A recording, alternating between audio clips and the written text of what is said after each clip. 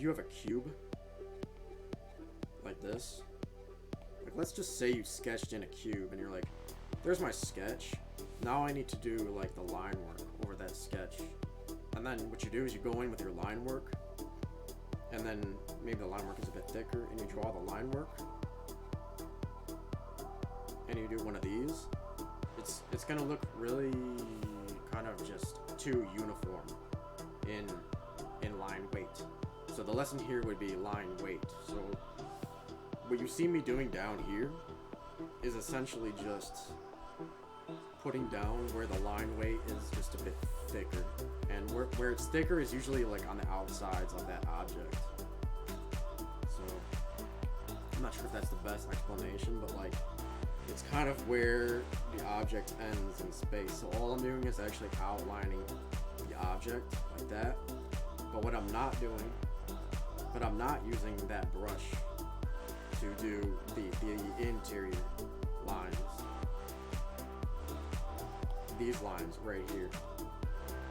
And the reason why I'm not doing that is because those lines, in order to create depth in your cube, in your 3D shape, those lines would actually have to be thinner in size. So if you do an outer line thickness of that, those inner lines should actually be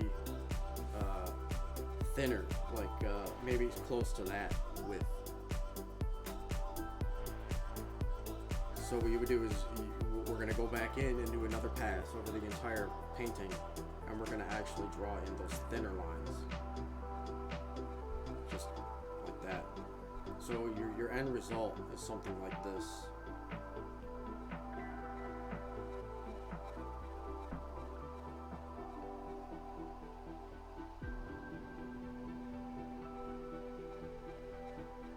So like it's this compared to if you were to, maybe a new guy would come in and he would just be like, whoa, I just use the same brush for everything, right?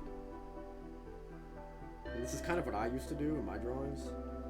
So when people say you need to work on your line weight, this is probably what they mean. So what you may have done is something similar to this, but really we would be looking for something like that. And like you could take this several levels further and say like it could even be thicker in the middle and it trails off like that. It gives it even a better look actually.